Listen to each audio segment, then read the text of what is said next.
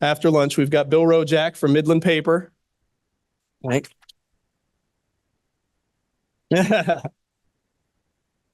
And, we were looking around. We wanted to talk about supply chain. That was the topic that a lot of people said that was top of mind for them in various instances. And the folks at Citibank have done a really good job with their supply chain surveys and research and things. So we were able to bring in Robert here from Citibank. So thank you, Robert.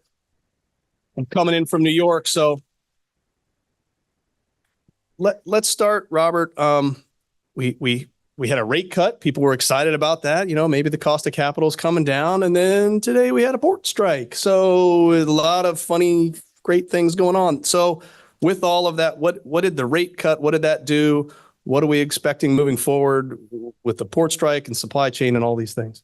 Yeah, absolutely. Thanks so much for inviting me. This is a great community. I'm very taken by how packed this room is. It's really nice to be here in attendance. Let me just say a few things about the Fed. I'll close with a few comments about the port strike. But for the Fed, we are seeing the cost of capital coming down. We had a jumbo rate cut from the Fed of 50 basis points in September. That was historically unusual. Normally, the Fed starts very gradually when they're easing rates at 25 basis points, unless you're in a recession or crisis-like scenario, in which case they start to cut rates very rapidly. So normally a 50 basis point cut would be a signal that the Fed thinks the economy's in a recession or things are slowing down sharply. I don't think that's what this was. In my view, they cut 50 basis points because they felt they were behind the curve and should have started cutting rates in July. And in fact, if you listen to Chair Powell's comments at the Fed, he said that if they had the information in hand that they did after the July meeting, they probably would have cut rates. So I think this 50 basis point cut that we saw was not a signal that the Fed thinks we're in recession and was more of a catch-up move given they felt they were behind the curve. I think they see the underlying fundamentals of the economy as strong. I would agree with that. You have a consumer that's continuing to spend at a fairly solid pace. The consumer is not showing any signs of rolling over. I was speaking with our retail analyst a few weeks ago, and he says most retailers are describing a very consistent consumer, and few if any are talking about signs of recession. And if you look at the Fed's forecast, that's very much what they have in there. They have a soft landing, the economy continuing to grow solidly, the unemployment rate maybe rising a bit more from here, but then stabilizing at kind of a low 4% unemployment rate, with inflation gradually declining further. So what does that mean for Fed policy going forward? I think they still feel they're potentially a little behind the curve in terms of how high the policy rate is. So I would expect, even though they're saying otherwise, that they will probably do another 50 basis point cut in November. They're signaling that they're going to move to 25s, but I think the same arguments that they had at the prior meeting are probably going to hold at this meeting, and it'll be enough to push the committee to another 50 basis point rate cut. After that, I think we're going to move into gradual pace of 25 basis point cuts through most of next year, and I think they'll probably get to a low 3% interest rate by the end of 2025. If the economy does go into recession, yes.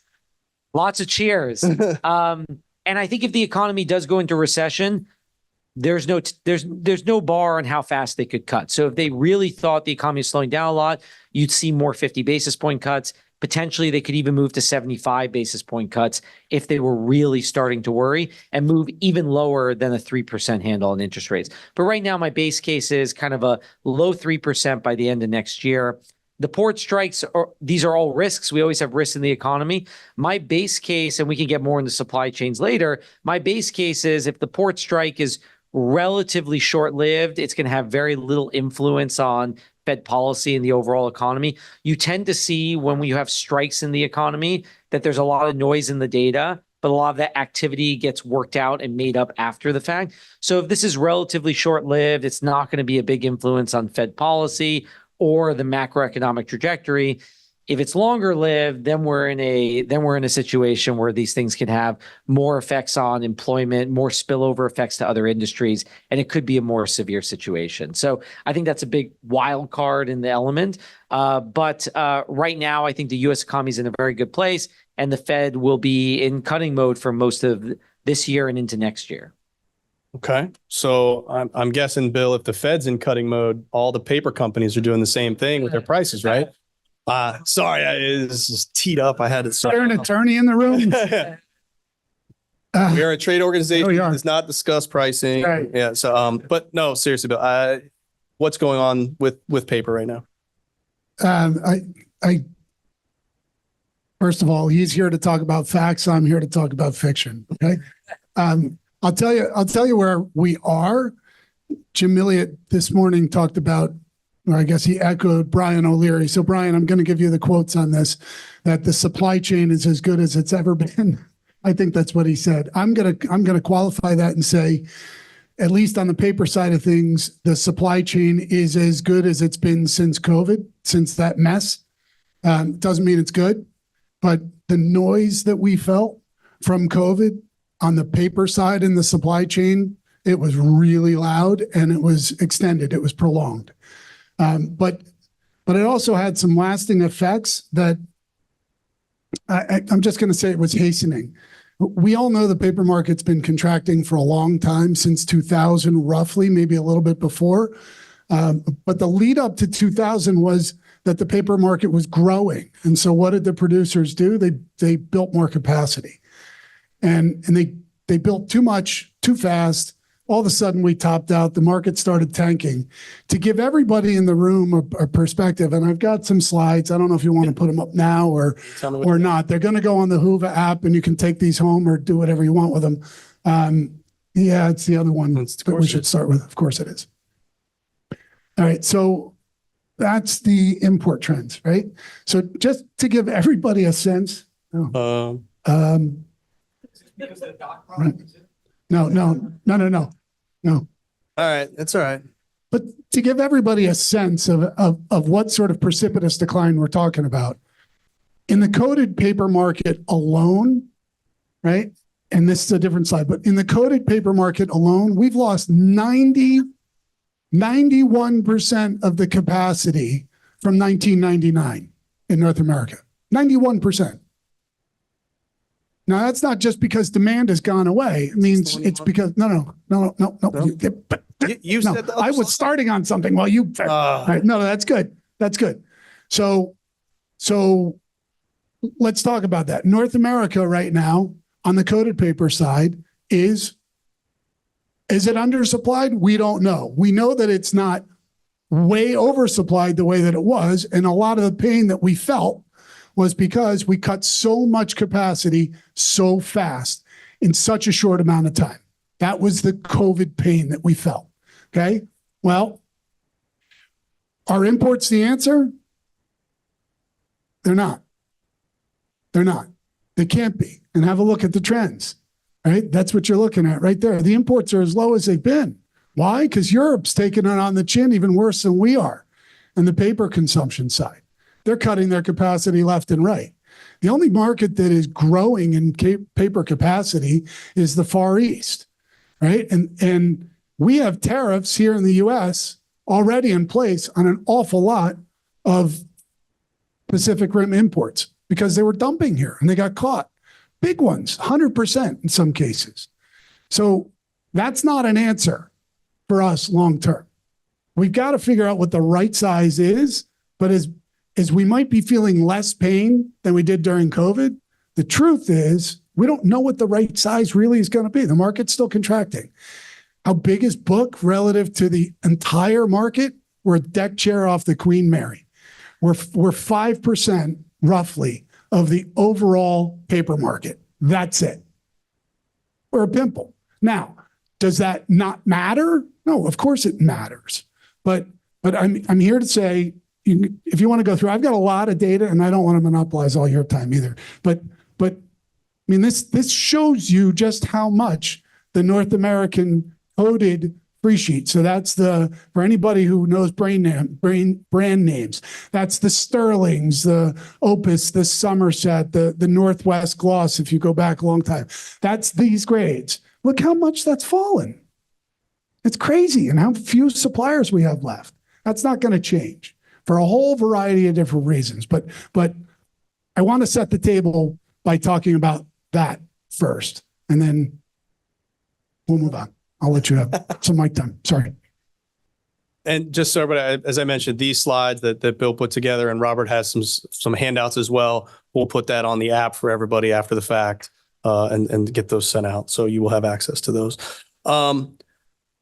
So in terms of, and sorry, Robert, I'm going to go back to Bill on this one. We mentioned it for a hot second earlier. We're not going to spend a lot of time on it, but EUDR is fast approaching and will have an impact on a lot of folks. And it all starts at the paper mill. And I was actually at Pixel last week and talking to them about it. And so, Bill, and there's a few people in the room who may not know, but what is EUDR high level, and what do folks need to know right now? So it's keeping everybody up at night. It's called the European Union Deforestation Regulation. And if you don't know what it is, look it up, go right on their website, and the whole regulation is there for you to read about and put yourself to sleep. Just for the record, if you just go to bmibook.com under the resources tab, first link is EUDR resources. There's a link to the reg, a link to stuff that AF&PA has put out, that BIC and BISG and other folks have put out. There's a bunch of stuff there. The regulation was signed into law in June of 2023 to take effect December 30th, 2024. So there's been an 18-month lag for the larger businesses. The smaller businesses get an extra year. What's that? I think it's 6 months. 6 months might be, okay. The gist of this is, and while it does start with the paper mills, it goes even further back right to the forest. So anybody who's cutting wood of some sort has to account for the wood, whatever that wood is being used for. If there's a product that wood becomes, whether it's paper or a chair or a guitar or you name it, pulp, fluff pulp, diapers, that tree that gets cut needs to be geolocated and then tracked all the way through the production process into the final product that is put on sale in the European Union. And if it's found that that tree somehow contributed to deforestation via an audit, there is a penalty that gets paid back to the European Union of up to 4% of your annual turnover. So it's oppressive. But this is not just for wood products. This is for cocoa. This is for coffee. This is for soy. This is for, I think, even livestock. Am I right on that? Yep. So if it's being put on sale in the European Union, meaning if our book gets put on sale in the European Union, it needs to be traceable back to EUDR compliance. That's the gist of what we're getting to. And everybody's freaking out. Imagine a publisher who prints a book in Pennsylvania. That book goes into their warehouse. They don't know where the book's going to go on sale after that. That book just gets shipped over to France to go into a bookstore there. Whatever EU company puts that book on sale, is responsible for putting it on sale, is the one that is liable for the penalty. And then, of course, there's going to be a big fight all the way down through. So there's so much to talk about on this, but if you don't know what it is, you need to school up on it quick.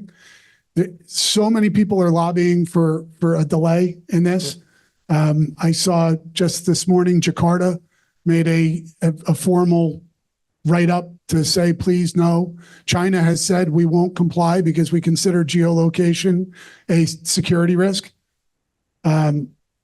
The AF&P, the American Forest Products Association, has written right to the EU asking for some sort of a delay. 60% of the pulp that's used in incontinence products and diapers and the rest comes from North America. 60%. So it's a huge liability. We're talking about billions and billions and billions of dollars of profit. It makes this port strike threat look minuscule. So it's a really big deal. Sorry. Yeah, no. And so I'll take off my session moderator hat, put on the BMI hat. So I'm fielding calls from people. What can we do? Help, right? I mean, I've got publishers calling, printers, paper folks. So we are going to do something. The problem is the EU is late on all of the deadlines they set for themselves. So there was supposed to be an FAQ out in June and July. Well, it's October 1st. It's still not here. We haven't seen the software process that they have to, like, there's so many issues. So unfortunately, we will be here for you all once we have something to look at. And I know I've got 3 of my favorite people, fellow executive directors in the room with us today. And we're all going to be working together because this is something that affects everybody here. So please, feel free to email, ask the questions.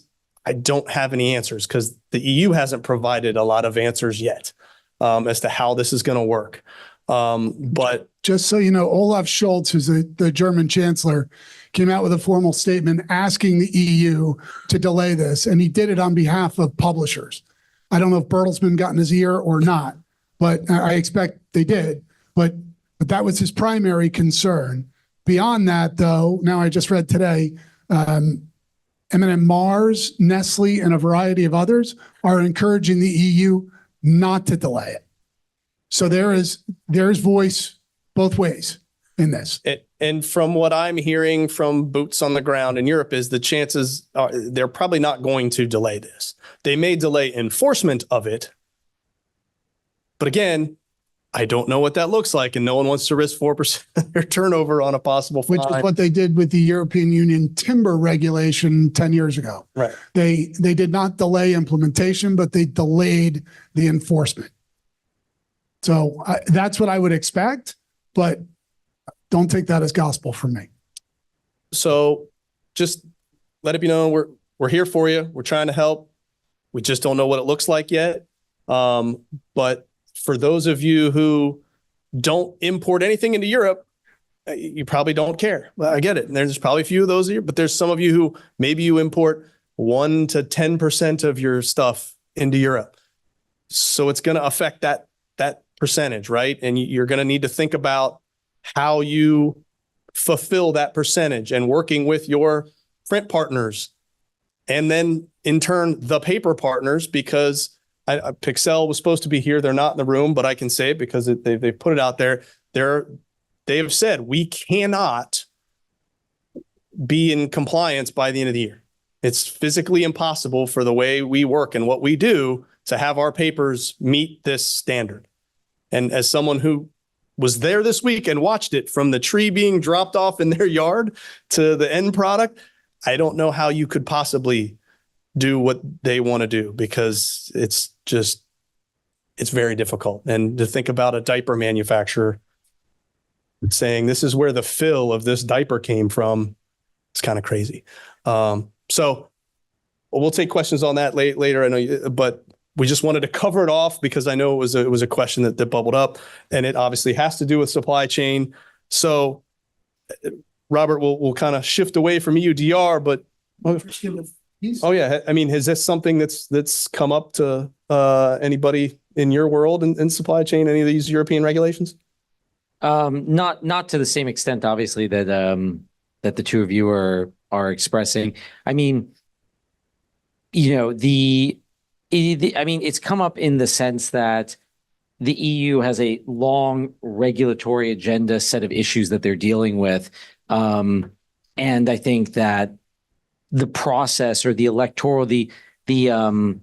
legislative process there tends to be fairly slow, and it's a ship that tends to be hard to move once it's gotten going. So I would be pessimistic on anything like a type of delay, but that's just my experience monitoring the EU policy process over the last few decades? Well, it was sticking with, well, both, I guess, both EU and Asia. We talked earlier about how, some publishers are going back to stuff being printed in the East, and a lot of the issues that happened during COVID were around shipping, right? It went from 30 days on the boat to 150 days on the boat. So what are the global dynamics right now in shipping, especially when we're talking coming from Asia and back and forth with Europe? Yeah, absolutely. And you had mentioned, I have a handout which you can look on. I think there's an app, and we've done a lot of work at Citi tracking global supply chains, especially the work really started out of the COVID crisis, and we needed a macro way to assess the pressures that we were seeing in global supply chains. So we developed our own Citi Supply Chain Pressure Index, which is one of the slides in that handout. And it actually does a very good job of tracking pressures in industries on average. We kind of cross-check it with a lot of our sectoral analysts throughout this cycle, and they mostly kind of act as a cross-check to say, okay, well, are you seeing pressures in your industries consistent with what we're seeing in this index? And the bottom line from it is, one, at least where we are now in an aggregate sense, supply chain pressures are fairly muted. The index is built from macro indicators of supply chains along three categories. One, what are we seeing in terms of inventory pressures? Two, what are we seeing from purchaser manager index surveys, things like orders, supplier delivery time delays? And then three, what are we seeing in global shipping costs? And all of those, like, when you aggregate them, again, have been a good indicator of pressures in supply chains. In particular, they've done a very good job at tracking goods inflation, so inflation in manufacturing sectors. The New York Fed has done very similar work, used their index in a very similar way.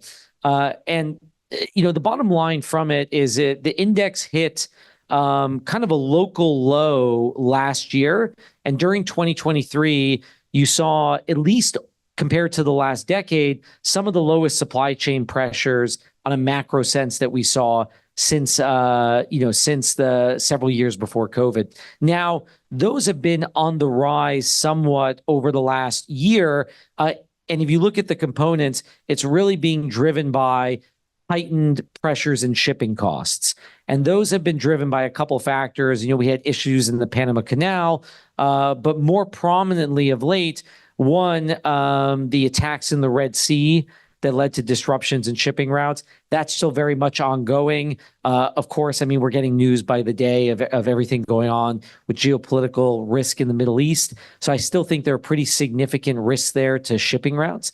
And then the third is what we're hearing from our colleagues in Asia, our Chinese economists and companies on the ground there, is that Chinese exporters are front-running orders to get ahead of potential tariffs. In particular, they're worried about a Trump 2.0 and what tariff increases might come from that, and increased tariffs. So putting all that together, shipping costs have been fairly elevated compared to where they were at the end of last year. They're still, as you'll see in those charts, they're nowhere near where they were during the pandemic. And you could see our supply chain shipping cost measure is something like one standard deviation above normal. During the pandemic, it was something like 3 standard deviations above normal. So we're elevated, but we're nowhere near those heights. But they've stayed elevated for an extended period. Now, in terms of translating into goods prices, those shipping costs seem to largely be getting absorbed into margins and are not really so far being translated into final goods prices. So goods inflation has still stayed very low. If you look globally, goods inflation is negative in the U.S. on a year-over-year basis, so goods prices are actually falling. They're about zero globally, so they're roughly flat over the last year. But I think the risk is that the situation in the Middle East, tensions with the U.S. and China could really heighten those pressures. And you could see some upside risk in supply chain pressures and global goods prices. But so far, you saw earlier this year stories like, the attacks in the Red Sea they're going to upend global goods prices and central banks are going to have to tighten rates again. That is not what's happened this year. The global goods prices have stayed fairly calm because global goods demand has been relatively soft. But I think those risks maintain, are relatively heightened. But yeah, the shipping costs are up a lot from last year, but still nowhere near pandemic levels. Well, and Robert, you mentioned China, and obviously we are North American manufacturing here, the BMI. But what's going on in the manufacturing sector, especially in China, and what's it kind of look like going forward? Not getting political, but will we see a difference based on next month? What happens with China? Yeah, and we can debate more on the election later as well. But I do think two things are very important about China. One is I think China, I don't want to say is in structural decline, but I think is dealing with massive structural challenges that lead me to be fairly pessimistic about the prospect for Chinese manufacturing and Chinese growth going forward. The hot thing in the market last week was we got the announcements of more China stimulus. A lot of people in the market getting very excited. We're still waiting on the details and where that might go. There's no doubt that's good news in terms of supporting global demand, especially if they follow through.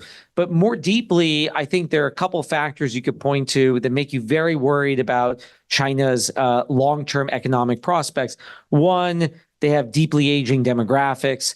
Their demographics are aging to the same extent that Japan did a few decades ago, and that's happening to Europe now. And that's a massive headwind for their economy. You've seen the government respond in some ways, saying they're going to raise the retirement age, but they really need deeper fixes, especially since they also have very high youth unemployment. So they're not doing a good job of placing the people they need to put into jobs as their economy is aging. They have difficulties in the property sector, and the consumer there is just not spending. The consumer confidence measures are at subterranean levels. The savings rate's enormously high. And I was at the Treasury Department a decade ago, and they were having the same debates with the Chinese authorities about moving their economy to a more consumption-based model, and it just has not happened, and they made very little progress. And the other thing, and I think this is most important for this discussion, and I have some slides in the handout for this, is I think the U.S.-China tensions are going nowhere. And that is having a structurally depressing effect on China's economy. Global supply chains are shifting away from China. Capital investment is shifting away from China. It's not going away wholesale because these supply chains have been built up over 20 years. But we're seeing shifts in supply chains to countries like Vietnam, Taiwan, Mexico, back to the U.S. And I think China's on the losing end of all of these things. And I think under a Harris administration or Trump 2.0, if there's one winning strategy in Washington, it's you don't like China. And there's very few people that are supportive of Chinese policy and interacting with the Chinese government there. So I think China is on the losing end of either way in the election in terms of those tensions aren't going away, and they're having real structural effects on supply chains there. And we have some surveys from Citi in that packet that show that, suppliers are drifting away from China. Okay. So what effect does China have on the paper market, Bill? Well, we've lost an awful lot of four-color work, and therefore a lot of coded paper sales to Chinese manufacturer books. A lot. In fact, when recently I was involved in a snafu where we had a quality complaint on a lot of books coming back from China, and they needed to be printed here. And we haven't seen that in a very, very long time, right? Where we had to react super quick on some sort of four-color work. I personally, I listen to, I kind of feel validated because what I've been seeing from my publishing customers is that there's more talk of India than ever before. There's more talk of Vietnam, but India in particular. I'm hearing Africa in the mix now in some discussions. Singapore, anywhere but China. And where can we get it?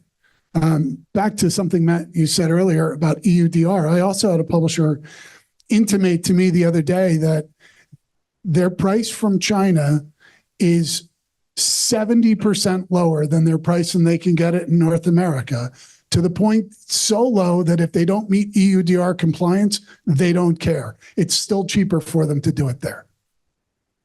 They'll take the fine. It sort of blew my mind. So do they have an impact? Yes, they definitely have an impact. Look, I'm not discounting Russia either in all of this, right? As soon as Russia went into Ukraine, Russian fiber, which is what they have as much of as they do oil or anything else, Russian fiber became a no-go. And so especially the Nordic countries all had to figure out what they were going to do. So this supply chain, while it might feel like it's regional, they really do have ripple effects. It won't be long. There are 100,000 containers right now in the ports of New York City alone waiting to be unloaded, and 35 container ships waiting to arrive this week. If this thing goes on for a week, then they're talking about $4.5 to $5 billion a day of economic impact to the United States, just to the U.S. I mean, it's massive. And then, of course, that has a reverse impact. Those containers don't get unloaded to make their way over the Pacific Rim to get filled up to send stuff back here. So there's a huge ripple effect that I personally, I see that as a concerning risk. Frankly, I see war as a really concerning risk right now too. So.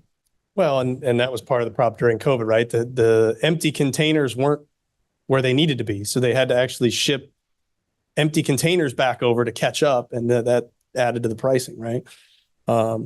So with all of that being said, I guess we'll start with Robert. You know, what any last words of what publishers, printers, suppliers, what their focus should be? What can they do to, you know, best position themselves to be on the right end of whatever's coming, or to future-proof what might be coming down the pike?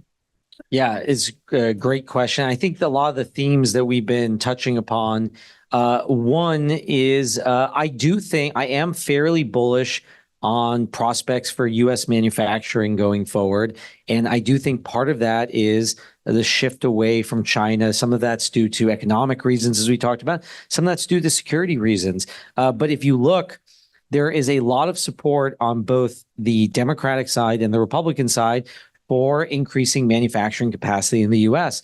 And I think that is going to be the tone of U.S. policy for the foreseeable future. I used to work with someone who's now a senior position in the White House, and I was listening to him speak on these issues, and he described, and he's in the Democratic administration, of course, he described it as a shift in industrial policy that we haven't seen in 4 decades in the U.S. And Trump, of course, in the Trump camp is looking for a reindustrialization policy as well. And you've seen that already in the Biden administration. U.S. manufacturing construction has risen very sharply over the last few years. And I do think you're going to see more legislation along those lines. Now, there's a debate, about what industries those are going to be for. But I do think we are in a world where we're not in that unbridled globalization world where we were a decade or two ago, where we had massive amounts of free trade deals and a lot of production moved to other countries and hollowed out a lot of American production. I think the focus of policy is going to be looking at not cutting us off from trade, but being aware of the pitfalls of globalization in the past and protecting American industry. So I think that's a very important point one. And then point two is I'm assuming most people are selling in the US, but I'm very bullish on the US economy. I mentioned I think the US economy is getting a soft landing. We used to think that the potential growth rate of the U.S. economy was somewhere around 1.75%. A lot of estimates are now at 2.25%, or even higher. We've had enormous growth in the U.S. over this cycle. Just last week, we got revisions that showed that the U.S. was even stronger over the last few years than we originally saw it.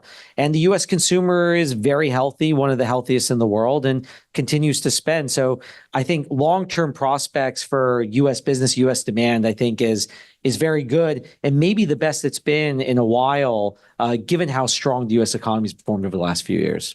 And then, Bill, what should we be looking at in terms of the future of the paper market? whether it's grades, availability, private equity, what do we need to be thinking about? It's a big soapbox, Matt. Yeah, sorry. Go ahead. I'll back up. All right. I think it's really important that we don't make a broad-based statement about paper pricing. That you can't lump all paper into one basket. Okay. There are 4 specific, very distinct baskets for fine printing paper.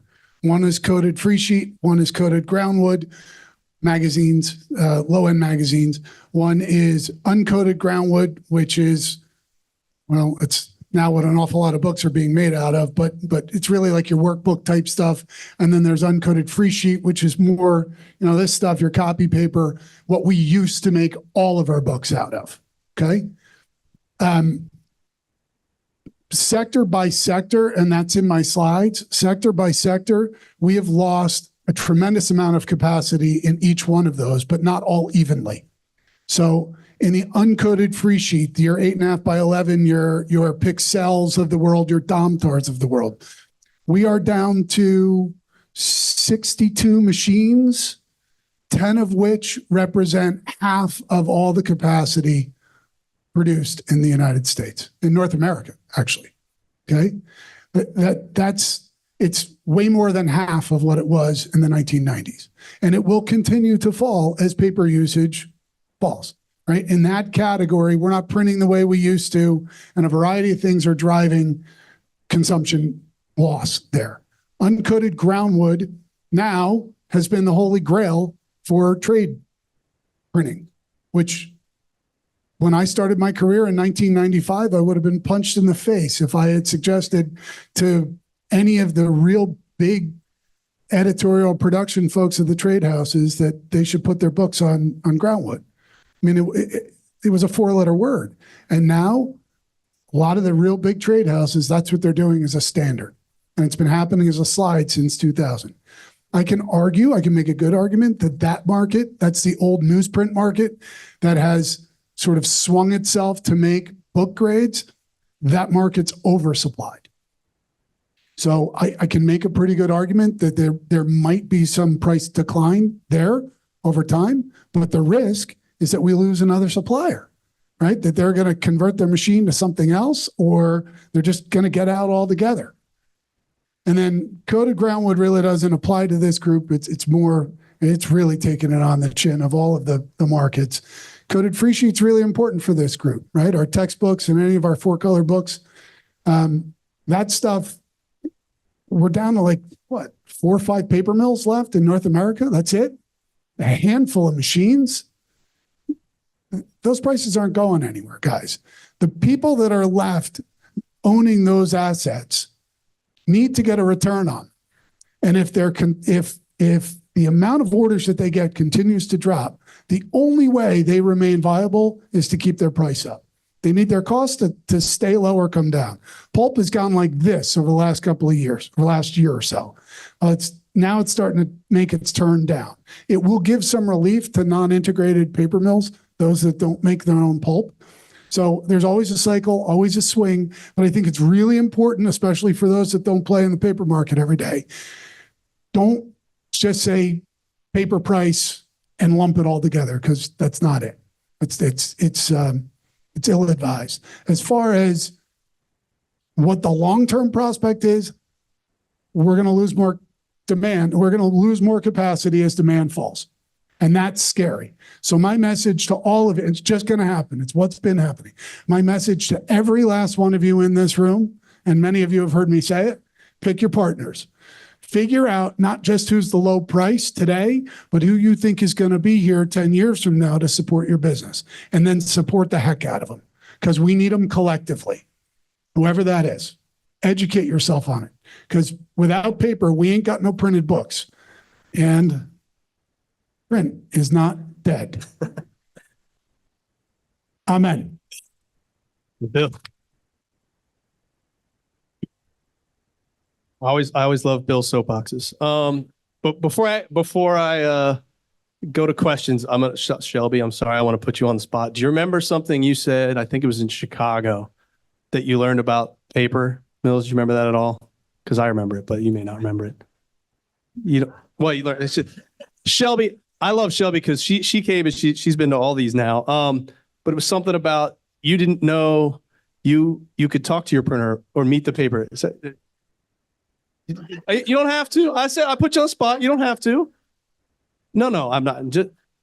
Just so people know what I just feel like it's useful information for. There's somebody sitting here who might be in the same seat you were in Chicago about that. You know what I mean? Is that fair? All right. Very nice. I would appreciate the heads up, but we're no, we're here. We're here now. Yeah, I know, right? So as a publisher, I attended the BMI, BMI. Back in Chicago was, I think, the first one I went to, and it was like right after the pandemic. So it was like the first one we got together, and I was running through the door because I had like a million questions because I had been in journal publishing for about 10, 12 years, but I had just got into book publishing and I did not understand what was happening because the market was all over the place. I didn't understand how to talk to my printer. I didn't know what we should be printing, print runs, all of these things, because everything was in such flux. And I was so confused. And as everyone was talking, they were like, yeah, you should be confused. You haven't spoken to anyone. This is the room to have those questions. This is the room to discuss all of those things that you're so confused about. And it was just so enlightening. So I've just been on my soapbox about this place and it's in its meetings for like years now. So thank you. I appreciate that, Shelby. There you go. But one of the things, and again, you probably don't remember, is one of the things she mentioned was like she didn't realize that she could talk to her printer partner, and maybe it's Kent, and say, Kent, what paper am I print? Who's the company that makes my paper? And I'm allowed to talk to them? Yes, you are. And so think about talking to your printer and learning who the manufacturers are of this grade that you use and ask to meet them. They would love to meet you. In fact, I think there's one or two paper companies maybe that are going to be downstairs this afternoon and they're in this room right now. So, I think just for a show of hands, everybody in the room, I'd like to see that there are actually crazy people like me that dedicate their entire lives to paper, right? I'm Michael Scott or Dwight Schrute or whatever you want to call me. But by a show of hands, all the people that sell paper or are somehow involved just in the paper business, raise your hand. Okay. Find us today and ask us questions to educate you on this whole nutty process, because we are subject matter experts and we can help you. And that's what this venue is for.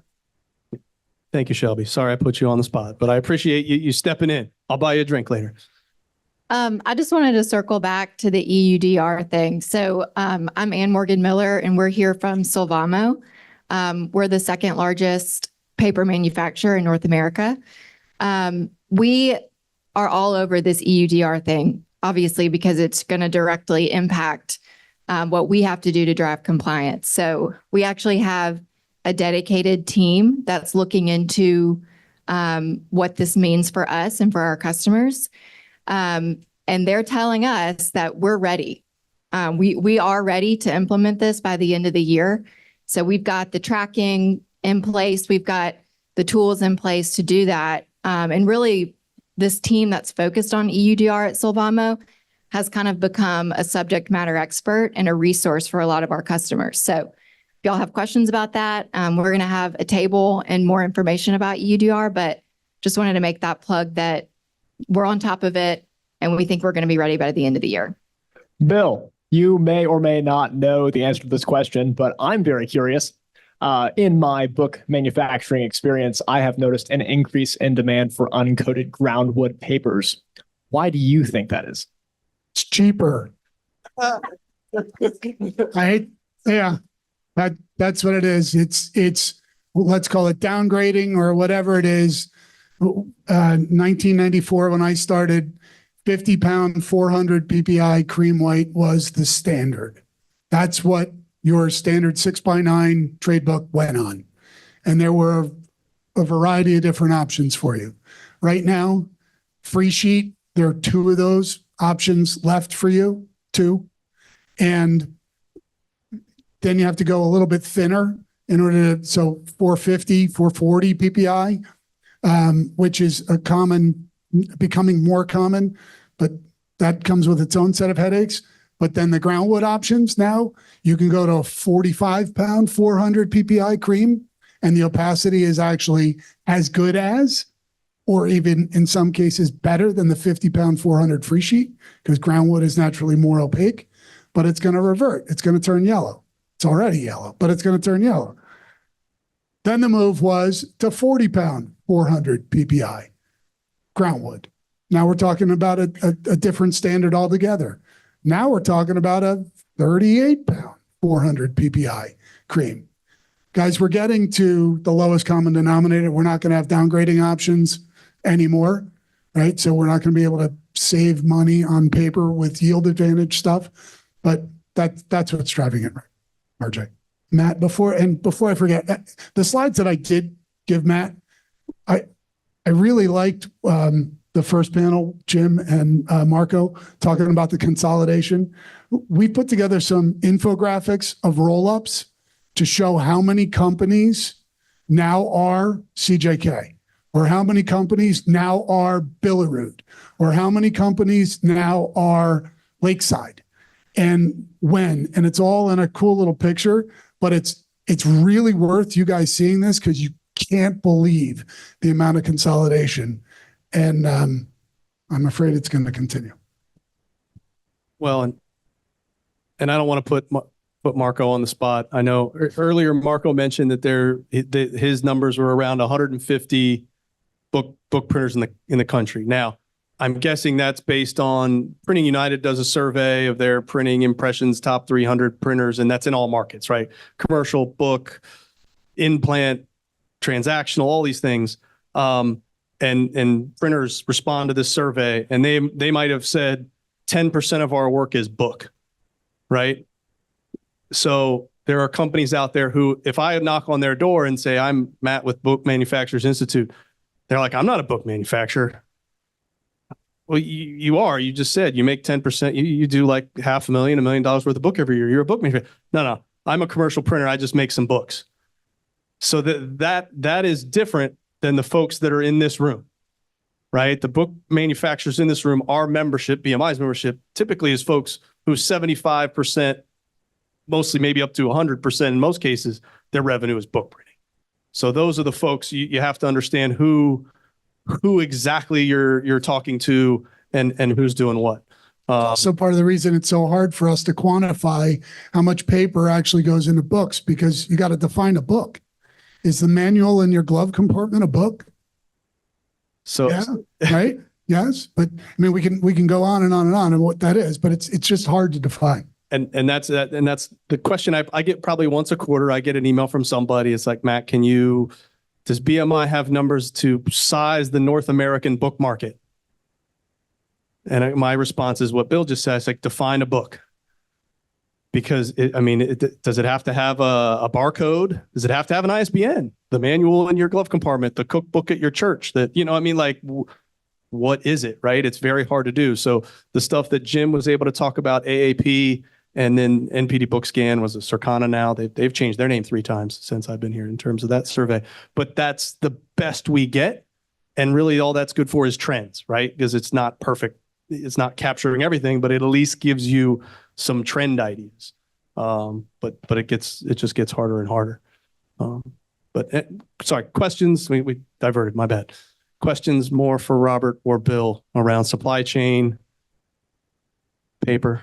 Robert, when can I retire? Oh, no, sorry. Voluntarily. Yes, I should have kept the mic.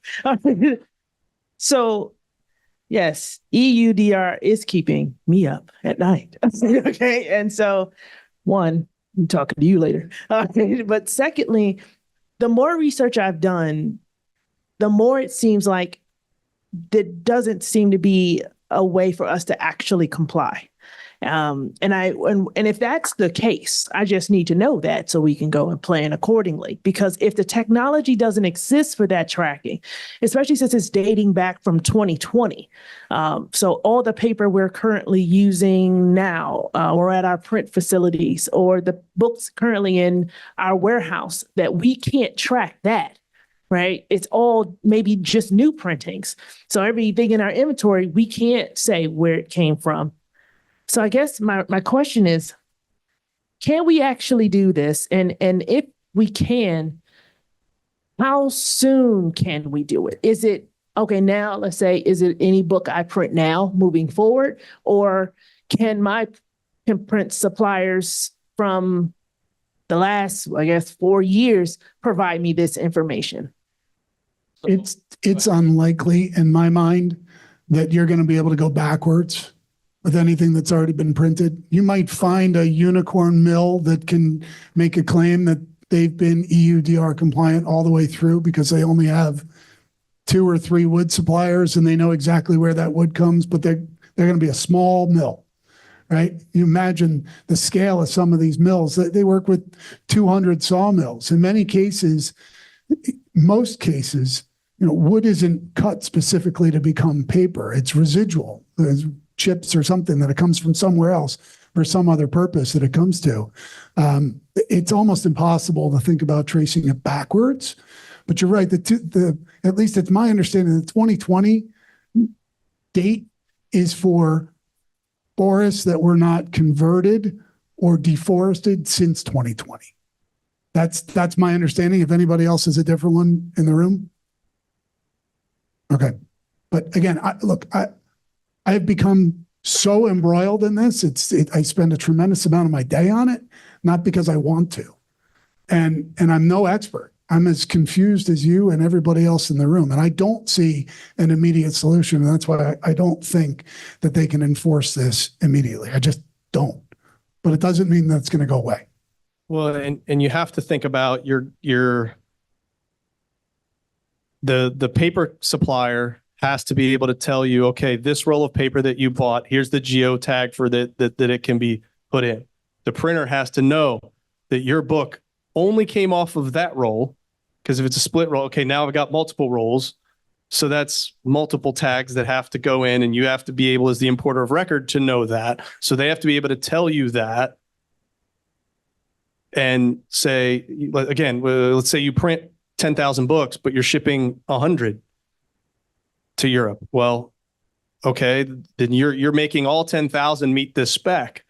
So I know we're not talking pricing here, but does anybody think the price of your books is going to go down now that printers have to now probably buy new software or figure out a new solution to track those 2 rolls of paper that are tagged to your set of books that are tagged to that box in the corner over there to be able, and if you need those labeled differently because you don't know which box you're going to pull to ship to Europe versus shipping to B&N or whoever or wherever else it's going. So there's, like I said, we don't have an answer right now, but I can tell you I have personally spoken with Intergraph in Europe, BPIF, BookChain, a whole handful, AFMPA, AAP, who AAP is talking to your U.S. trade representative. I too have spent a lot of time on this, as Bill and other folks have, and everybody's saying the same thing. This sucks. We're trying to fight it. EU doesn't care about the US's opinion on this. And Brazil went in like 2 weeks ago saying, please stop. They don't care about Brazil either. So it's probably not going anywhere. It's just figuring out how to best solve for the issue we have. And sounds great. Like Sylvamo sounds like they're going to be ready, at least with a majority of their grades. I think New Leaf has, this does not apply to 100% recycled fiber. So if you're doing 100% recycled, you're okay. So that could be one solution. You change to 100% recycled grades, but of course there's not everybody could make that switch tomorrow either. So, well, and both FSC and PEFC have been diligently working to try and get a head start on each other to who's going to come in there with, let's call it FSC 2.0, that's EUDR compliance, which if I'm a betting man, instead of being a $2 upcharge, it's going to be a $6 upcharge or whatever it is. But there are a lot of people looking to find a competitive advantage on this. There are a couple of software systems that are out there. The primary one that the EU is talking about is called Traces-It, which is where we're supposed to put our data, where the mills are supposed to enter their data.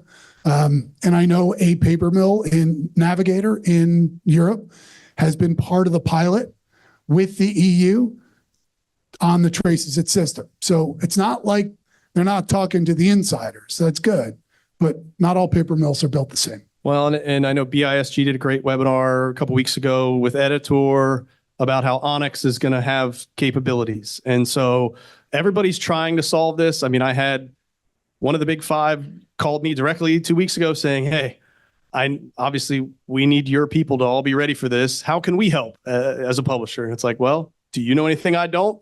To which he didn't. So we're still waiting, but I can tell you it's top of mind. We will probably be reaching out through the various publisher associations to have some sort of working group with everybody who wants a seat at the table to try to solve this. Because this isn't about, we talk about sustainability. Usually we're talking about Mother Earth, but I think Karen maybe mentioned it earlier. Sustainability is also to the sustainability of this industry.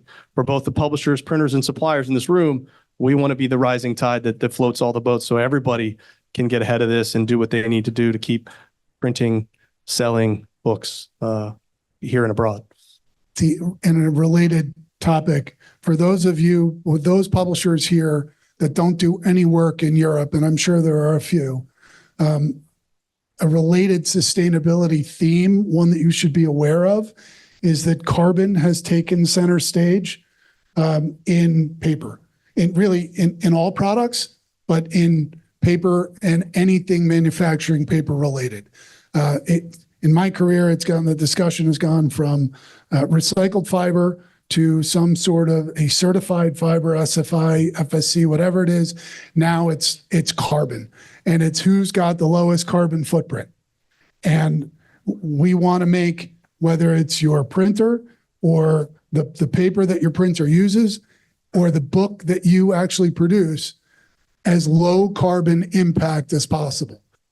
With the idea being that eventually there will be a carbon tax on us as producers, that whatever the baseline is, which is going on in Europe right now, whatever the baseline is, if we're above it, we owe a tax on it. That's it. So be aware of that. For those of you that don't want to focus on this, I get it, but that's one that you should be thinking about, or at least put in your front view mirror.